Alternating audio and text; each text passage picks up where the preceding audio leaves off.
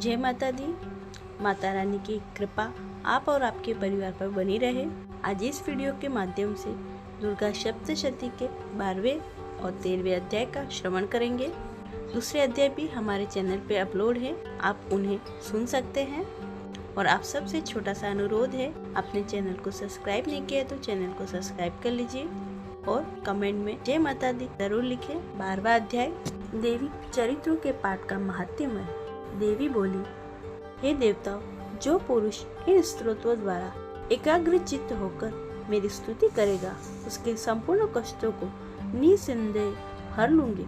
मधुकैटभ के नाश, महिषासुर के वध और शुंभ और निशुंभ के वध की जो मनुष्य कथा कहेंगे, मेरे महात्म्य को अष्टमी, चतुर्दशी व नवमी के दिन एकाग्र चित्त से भक्ति पूर्वक सुनेंगे, उनको कभी कोई पाप न रहेगा। पाप से उत्पन्न हुई विपत्ति उनको न सताएगी। उनके घर में दरिद्रता न होगी और न उनके प्रियजनों का बिछोह होगा। उनको किसी प्रकार का भय नहीं होगा। इसलिए प्रत्येक मनुष्य को भक्ति पूर्वक मेरे इस कल्याणकारक महात्म्य को सदा पढ़ना और सुनना चाहिए। मेरा यह महात्म्य महामारी से उत्पन्न हुए संपूर्ण उपद्रवों को एवं 3 प्रकार के उत्पातों को शांत कर देता है। जिस घर व मंदिर में या जिस स्थान पर मेरा यह स्तोत्र विधि पूर्वक पढ़ा जाता है, उस स्थान का मैं कभी त्याग नहीं करती और वहाँ सदा ही मेरा निवास रहता है। बलिदान, पूजा, होम तथा महोत्सवों में मेरा ये चरित्र उच्चारण करना तथा सुनना चाहिए। ऐसा हवन या पूजन मनुष्य जानकर या बिना जाने करे, मैं उसे तुरंत ग्रहण कर लेती हूँ। और शरद काल में प्रत्येक वर्ष जो महापूजा की जाती है, उसमें मनुष्य भक्ति पूर्वक मेरा यह महात्म्य सुनकर सब विपत्तियों से छूट जाता है और धन धान्य और पुत्र आदि से संपन्न हो जाता है। और मेरे इस महात्म्य व कथाओं को इत्यादि सुनकर मनुष्य निर्भय हो जाता है और महात्म्य की श्रवण करने वालों के शत्रु नष्ट हो जाते हैं तथा कल्याण की प्राप्ति और उनका कुल आनंदित हो जाता है। सब कष्ट शांत हो जाते तथा भयंकर स्वप्न दिखाई देना, घरेलू दुख इत्यादि सब मिट जाते हैं। बाल ग्रहों में ग्रसित बालकों के लिए ये मेरा महात्म्य परम शांति देने वाला है। मनुष्यों में फूट पड़ने पर भली भांति मित्रता करवाने वाला है। मेरा यह महात्म्य मनुष्य को मेरी जैसी सामर्थ्य की प्राप्ति करवाने वाला है। पशु, पुष्प, अधर्य, धूप, गंध, दीपक इत्यादि सामग्रियों द्वारा पूजन करने से ब्राह्मण को भोजन करा के हवन कर प्रतिदिन अभिषेक कर नाना प्रकार के भोगों को अर्पण करके और प्रत्येक वर्ष दान इत्यादि करके जो मेरी आराधना की जाती है, उससे मैं प्रसन्न हो जाती हूँ। वैसे प्रसन्न मैं इस चरित्रों को सुनने से हो जाती हूँ। यह महात्म्य श्रवण करने पर पापों को हर लेता है तथा आरोग्य प्रदान करता है। मेरे प्रादुर्भाव का कीर्तन दुष्ट प्राणियों से रक्षा करने वाला है। युद्ध में दुष्ट दैत्यों का संहार करने वाला है। इसके सुनने से मनुष्य को शत्रुओं का भय नहीं रहता। हे देवताओं, तुमने जो मेरी स्तुति की है अथवा ब्रह्मा जी ने जो मेरी स्तुति की है, वह मनुष्य को कल्याणकारी बुद्धि प्रदान करने वाली है। वन में सुने मार्ग में अथवा दावानल से गिर जाने पर, वन में चोरों से गिरा हुआ या शत्रुओं से पकड़ा हुआ, जंगल में सिंहों से, व्याघ्रों से या जंगली हाथियों द्वारा पीछा किया हुआ, राजा के क्रुद्ध हो जाने पर, मारे जाने के भय से, समुद्र की नाव में डगमगाने से, भयंकर युद्ध में फंसा होने पर, किसी प्रकार की पीड़ा से पीड़ित, घोर बाधाओं से दुखी हुआ मनुष्य मेरे इस चरित्र को स्मरण करने से संकट से मुक्त हो जाता है। मेरे प्रभाव से सिंह, चोर, शत्रु इत्यादि दूर भाग जाते हैं और पास नहीं आते। महर्षि ने कहा, प्रचंड पराक्रम वाली भगवती चंडिका यूँ कहने के पश्चात सब देवताओं को देखते ही देखते अंत ध्यान हो गए और संपूर्ण देवता अपने शत्रु के मारे जाने पर पहले की तरह यज्ञ भाग का उपयोग करने लगे और उनको अपने अधिकार फिर से प्राप्त हो गए तथा युद्ध में देवताओं के शत्रुओं शुंभ व निशुंभ के देवी हाथों मारे जाने पर बाकी बचे हुए राक्षस पाताल को चले गए। हे राजन, इस प्रकार भगवती अंबिका नित्य होती हुई बार बार प्रकट होकर इस जगत का पालन करती है, उनको मोहित करती है, जन्म देती है प्रार्थना करने में समृद्धि प्रदान करती है। हे राजन, भगवती की महाप्रलय के समय महामारी का रूप धारण करती है। हे राजन, भगवती ही महाप्रलय के समय महामारी का रूप धारण करती है और वही संपूर्ण ब्रह्मांड में व्याप्त है।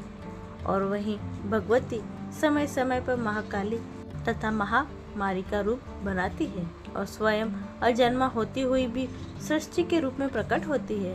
वह सनातनी देवी प्राणियों का पालन करती है और वही मनुष्य के अभ्युदय के समय घर में लक्ष्मी का रूप बनाकर स्थित हो जाती तथा अभाव के समय दरिद्रता बनकर विनाश के कारण बन जाती है। पुष्प, धूप और गंध आदि से पूजन करके इसकी स्तुति करने से वह धन एवं पुत्र देती है और धर्म में शुभ बुद्धि प्रदान करती है। इति श्री मार्कंडेय पुराण मनवंती कथा के अंतर्गत 12वां अध्याय पूरा हुआ। बोलो अम्बे मात्र की जय। 13वां अध्याय राजा सूरत और वैश्य देवी का वरदान। महर्षि मेधा ने कहा, हे राजन, इस प्रकार देवी के उत्तम महात्म्य का वर्णन मैंने तुमको सुनाया। जगत को धारण करने वाली इस देवी का ऐसा ही प्रभाव है।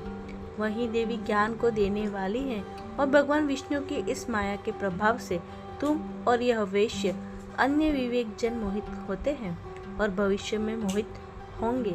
हे राजन, तुम इसी परमेश्वरी की शरण में जाओ। यही भगवती आराधना करने पर मनुष्य को भोग, स्वर्ग तथा मोक्ष प्रदान करती है। मार्कंडेय जी ने कहा, महर्षि मेधा की यह बात सुनकर राजा सूरत ने उन उग्र व्रत वाले ऋषि को प्रणाम किया और राज्य छीन जाने के कारण उसके मन में अत्यंत ग्लानि हुई। वह राजा तथा वैश्य तपस्या के लिए वन को चले गए और नदी के तट पर आसन लगाकर भगवती के दर्शन के लिए तपस्या करने लगे।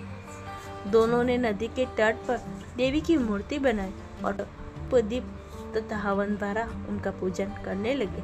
पहले उन्होंने आहार को कम कर दिया, फिर बिल्कुल निराहार रहकर भक्ति में मन लगाकर एकाग्रता पूर्वक उसकी आराधना करने लगे। वो दोनों अपने शरीर के रक्त से देवी को बलि देते हुए 3 वर्ष तक लगातार भगवती की आराधना करते रहे।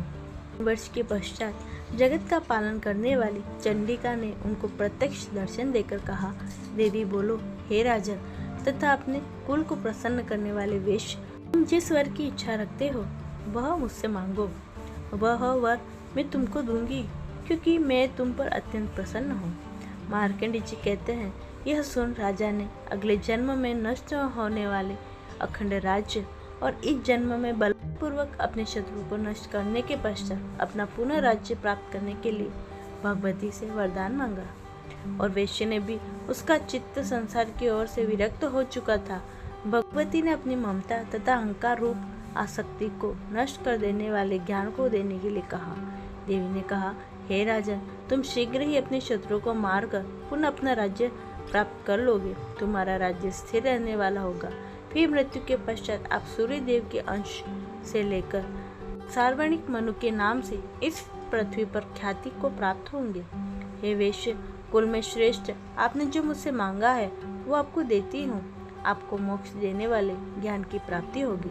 मार्कंडेय जी कहते हैं, इस प्रकार उन दोनों को मनवांछित वर प्रदान कर तथा उनसे अपनी स्तुति सुनकर भगवती अंतर्ध्यान हो गई। इस प्रकार क्षत्रियों में श्रेष्ठ वो राजा सूरत भगवान सूर्य देव से जन्म लेकर इस पृथ्वी पर सार्वणिक मनु के नाम से विख्यात हुए। इस प्रकार श्री मार्कंडेय पुराण में सार्वणिक मनवंतर की कथा के अंतर्गत देवी महात्म्य में सूरत और वैश्य वरदान नामक 13वां अध्याय पूरा हुआ। बोलो अम्बे मात की जय। श्री दुर्गा सप्तशती पाठ के बाद सिद्ध कुंजिका स्त्रोत का पाठ अवश्य करना चाहिए। इससे सभी मनोरथ पूर्ण होते हैं। सिद्ध कुंजिका स्त्रोत का वीडियो हमारे चैनल पर अपलोड है, आप उसे श्रवण कर सकते हैं। ये थे आज के अध्याय। उम्मीद करती हूँ आपको अच्छे लगे होंगे और आपको ये अच्छे लगे तो चैनल को सब्सक्राइब जरूर कर ले और कमेंट में जय माता दी लिखना ना भूलें।